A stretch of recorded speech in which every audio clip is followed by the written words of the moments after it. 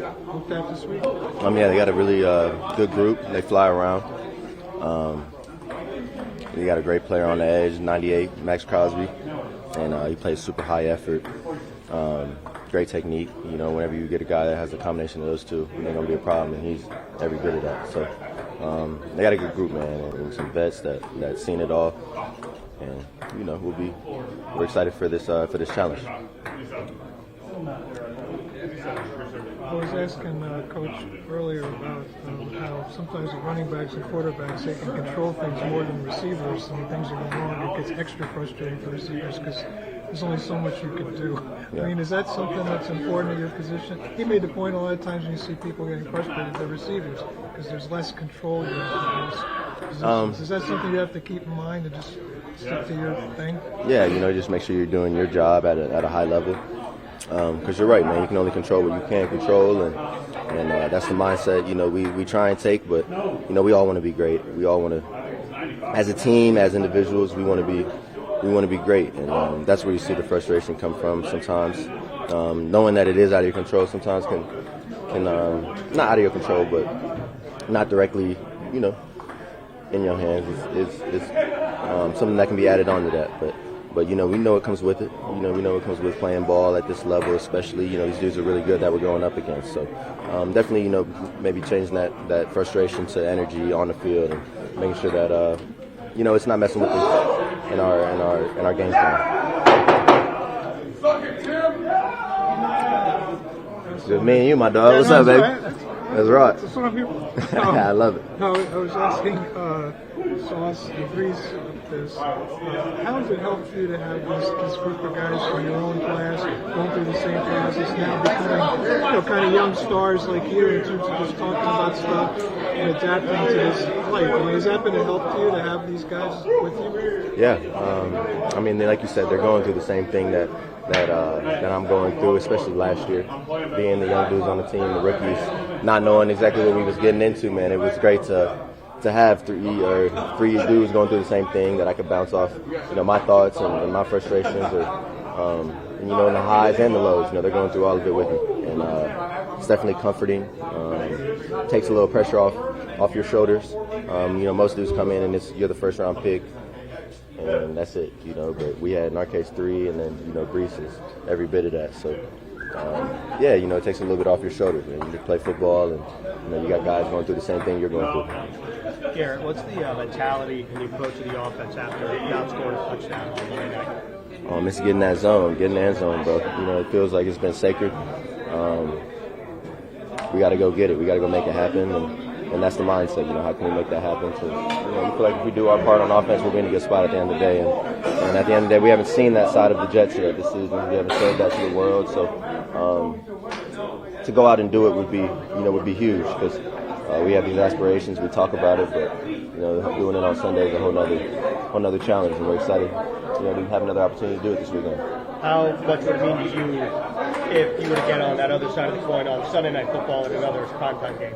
The other side of the coin, as far as the touchdown? What does that mean? Or just like the offensive performance that you think this group is capable of. Okay. Like, how much would it mean to you to be able to do it under the microscope on Sunday Night Football?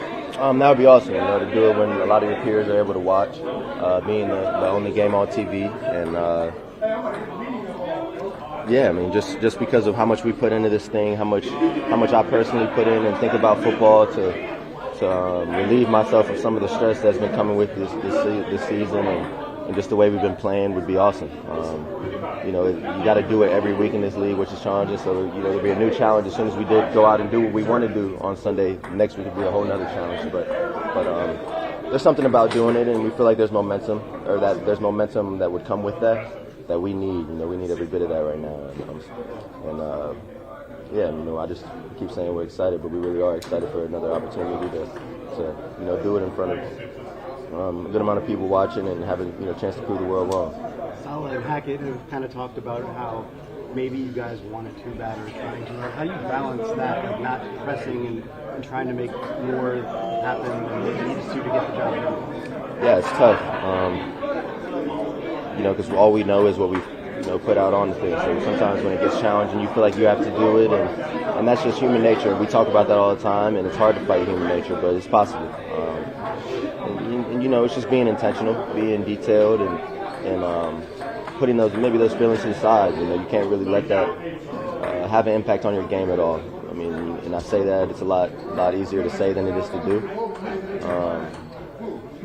But that's got to be the goal, man. We are professionals, and we're expected. You go, baby. And we're expected to, you know, perform, and we got to do our job at a high level, and it will result in, you know, the offense running smoother, or those pre-snap penalties, maybe that's not pressing, fumble, whatever it may be. Yeah, you know, that's the goal this week, to do our job, but do it at a high level, and that speaks to every person individually. Everyone has their own job that they have to do, and you know, let's see where we're at when the game's over. Their young quarterback was pretty good against the Giants. What do you see from him? What challenges he presents? One, he got a group of good receivers, elite receivers. You know what I mean? So, of course, that always makes it better. And he got good decision making. He got a good arm. You know what I'm saying? Yeah, he pretty good. Can we get an estimate on how much your grill costs? No, yeah, I can't. They have obviously an elite receiver. Like, what do you see? What do you see from him to try to deal with him? Who? Devontae? Yeah. He make all his routes look the same. Like, it's pretty self-explanatory, you know. Yeah, he got good hands. There's a lot of great things he do. I'm not going to just sit there and just go down the list, but he like the best, if not one of, if not the best receiver in the league. You know what I mean? So, you know, he presented a huge challenge as well. But, you know, yeah. You like to take on a challenge like that? It's definitely. What do you think when people try to say you look like the cinnamon stick from the Apple Jacks commercials? You know, I think that's great. You know, being able to just, you know, hear that and just ball out on game day. You know, it's cool. That's what it's all about, man. And how good do you think Brees Hall's cereal was 1 to 10? Like, he sent you a box, he gifted it to you. So I just want to know your opinion on it. That shit's pretty trash. It was pretty bad, you know. Hey, but it's fine though. See, I knew that was gonna get him out of here. I was gonna get him out of there. I was asking him this just now. How has it helped you having other guys in the same class as you, or, you know, becoming kind of young stars as you develop, to have guys to talk to like him and Garrett? I mean, has that helped your process of kind of getting used to the league? Most definitely. You know, having guys like that who balling on the field, it just helps all around. You know, being able to help with decision making off the field, like, you know, getting houses and stuff. Like, all of us being able to just go through the same process, you know, together, it just makes it easier being able to, you know, ask things from each other, bounce ideas off of each other. You know what I mean? Yeah, it just helps all around. You guys have done a good job holding some of the best quarterbacks in the league. Even Salah a few weeks ago talked about how you guys have embarrassed them. Is that, as a defense, a source of pride for you guys? Or do you still feel that there's a lot more you guys can do? Yeah, we feel that way. Like, there's a lot more we could do. You know, we don't really focus on the week before. Like, I get we've been doing a decent job, but, you know, we just take it 1 week at a time, and we not just living in the past. You know what I'm saying? Yeah, but no, that's pretty cool. You know, but we let guys, like, we let y'all do y'all job and find those type of things out. You know, but we just got to go play week in and week out. Brees, a lot of people talk about Max Crosby in terms of sacks, but what do you see from him in terms of a run defender? He's really good. He's good at kind of just like shooting gaps before guys can get to him and stuff like that. It's kind of cool to see him play. He goes hard every play. He doesn't take a play off. So, you know, you just got to hope he doesn't get to the ball when you get the ball, basically. That's pretty much it. You want me to take the pretzel and cheese from you right now? No. A lot of comments from the gallery on this interview. Hackett and Salah kind of mentioned that you guys almost want it too bad at this point, like want to have success, so maybe you're pressing. How do you guard against that and kind of let it happen? I know it's a tough thing to do, which is how do you go about doing that? Play the next play. It's the only thing you can really focus on, just playing the next play. Whether you mess up, whether there's a penalty, whether you get a big game, just keep working on playing the next play. That's the only way you could really just settle down your nerves and get into the rhythm of the game. How has it helped you as a young guy to have other guys from your class to kind of grow with? You're also having this early success. I assume you guys talk about stuff. How does that work with you and Garrett and Sauce and all these guys? Yeah, it's been cool. We're all kind of like top guys at our position coming out and stuff like that, so we always talked about it. And being with those 4 weeks, also trained at the same complex for the combine and stuff like that, so we already knew each other, so it's been cool for sure. Just looking back on Monday, what were some of the big issues? Right out the gate, the fumbles. We had 3 turnovers. I think one thing that we have been doing a really good job of was taking care of the football. And when all of a sudden that kind of hits you, we had a little bit of flow going on, had a couple third down conversions. And then when you turn the ball over, that's hard to rebound, especially for how many times we did that.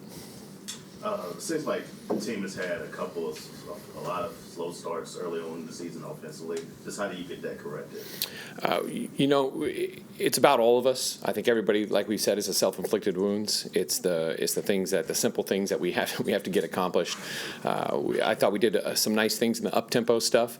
We want to try to mix it up, so we're trying to look into anything in any way to try to get those starts going. And I think that's something that we're all working on, the coaches, the players, every one of us.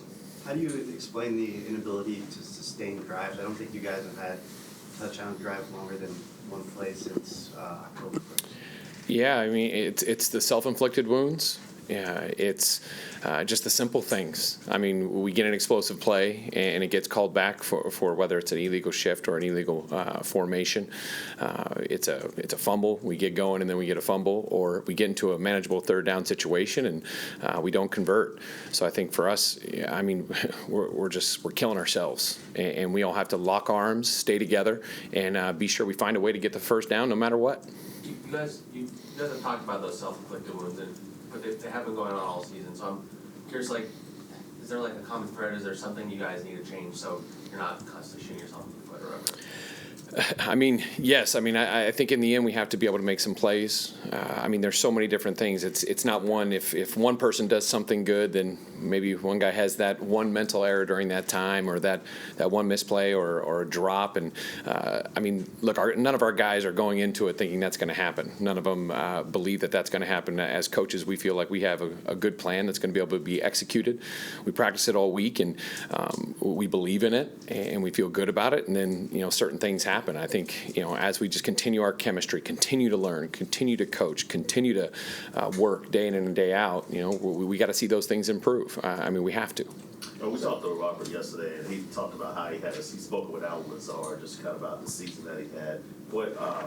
How do you think Lazar has played this year, and also have you spoken with him just kind of about his play and everything like that? We've talked a little bit. I know Alan has a high standard for himself. I have a high standard for Alan. We all do, and I know he's not pleased with what's been going on. And we've asked a lot from him. He's had a lot of plays, and he's got to work through that. He's got to work through that. He's got to put his head down and keep grinding and get through this hump.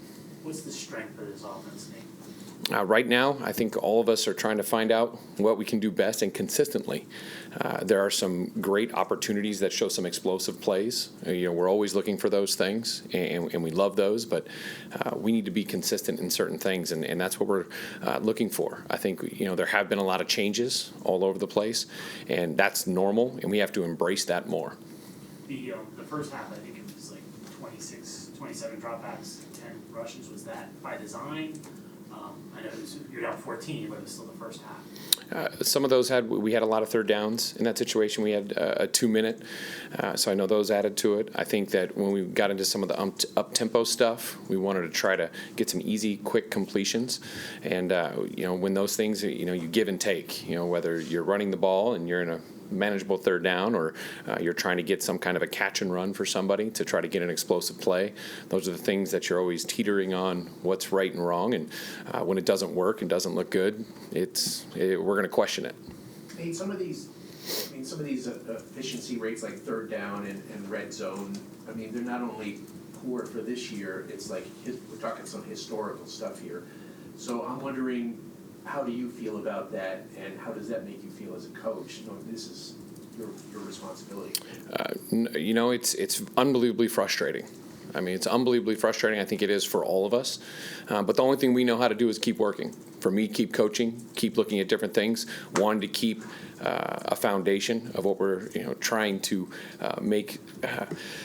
find what we do good, and I think that's what you're always trying to do. But at the same time, always being willing to change and being able to adapt with who we have out there. So I think for me, yes, it's frustrating. It's frustrating for all the guys, and I appreciate all those guys and all the coaches just continually keeping our head down and trying to find a way to battle. Is there anything you can do?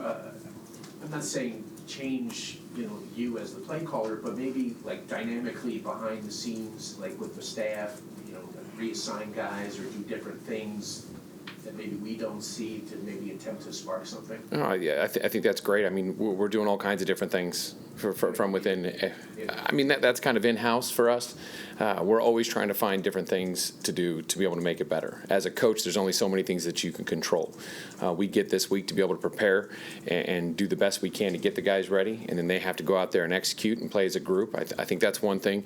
I mean, I'm excited for the opportunity to see who's going to step up and who's going to come together and how they're going to come together and start making some of those plays and some of those easy ones that we've left out on the field that I know everybody wishes they had back.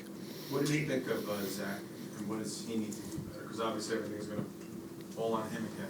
Yeah, I mean, that's the quarterback position. I mean, you get a lot of credit, and they get blamed for a lot of stuff. And I think he's done a great job handling it all. And for him, we just got to get the best plan for him, that he's comfortable, and he knows that he can go out there, and he just, it's about consistency for him. But at the same time, it's consistency for everyone. I mean, he comes out there, and if something good happens, maybe something else happened with somebody else. So we have to get that chemistry amongst all the players. You touched on the beginning of games. I think the first series, 7 punts, 1 fumble. I'm assuming those are scripted plays, your best plays. You work on them all week. Like, how do you kind of explain what's happening out of the game? It's the same thing we've been talking about with everything. It's the inconsistencies. It's the self-inflicted wounds. Being able to go down, getting a couple third down conversions. I mean, the one that Zach throws was an unscouted look that we hadn't seen, and he made an incredible throw, and then come down, and then we have an unfortunate fumble. So I think that, right when we are getting things going, something has happened, and I think that's what we have to get over that hump. Like this team, this offense has to get over that hump.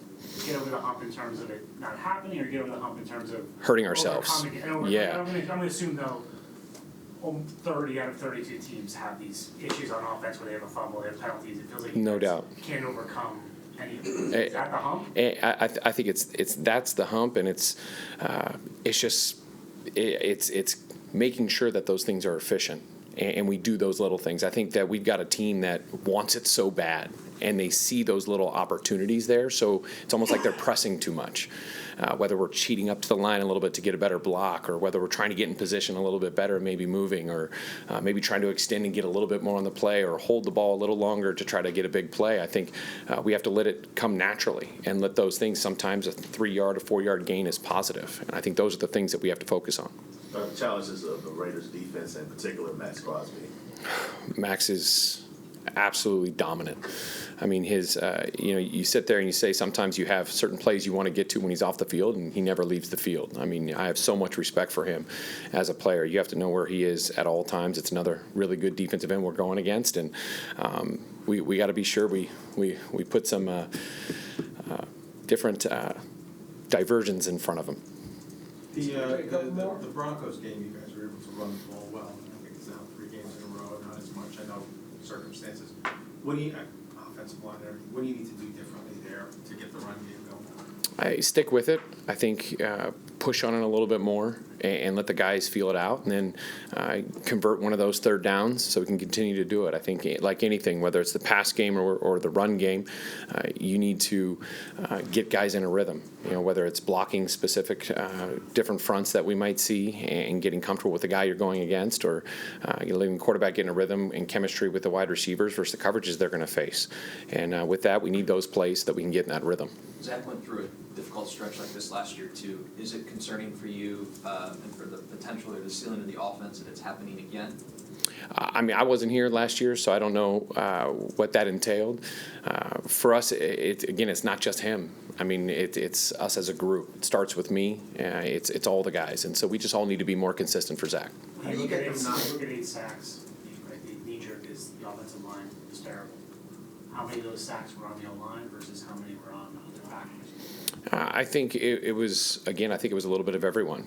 Whether, we wanted to try to make a play and pressed, maybe held on too long, or maybe we didn't get open, or maybe we missed a block. I mean, I think that's where we are, and we have to get through that. We got to get chemistry up front. We got to get those guys, playing well. We need to get the ball out quick. We need to win fast. How do you get everyone not to press and to be more relaxed? Because Robert said it too. Everybody's pressing now. You're saying it's it's obviously not a good way to play right now. You're correct. I mean, you always want guys to have an urgency and an attack mindset, but you have to do it within a controlled environment, even though it's a wild environment that we put them out there on. And I look at the toss that we did that wasn't completed, and it ended up being one of the fumbles. We didn't lose the ball, but that was a well-executed play. And I think Brees was just so excited, and it's one of those things you have to stay controlled, and you have to take every step, every little thing that you do has to matter. And it starts in practice. It starts with the meeting room. It starts with everything. And it's not that anybody meant for any of that to happen. It was, that's what we wanted. And so we just have to finish with it, and the guys have to stay true to that. How do you handle a stretch like this personally, Nate? We got to feel for your coaching, watching Hard Knocks. How do you handle this? I mean, this is the NFL. I mean, you're always going to have ups and downs. I mean, nobody can win every game. Certain teams that are very good lose bad games.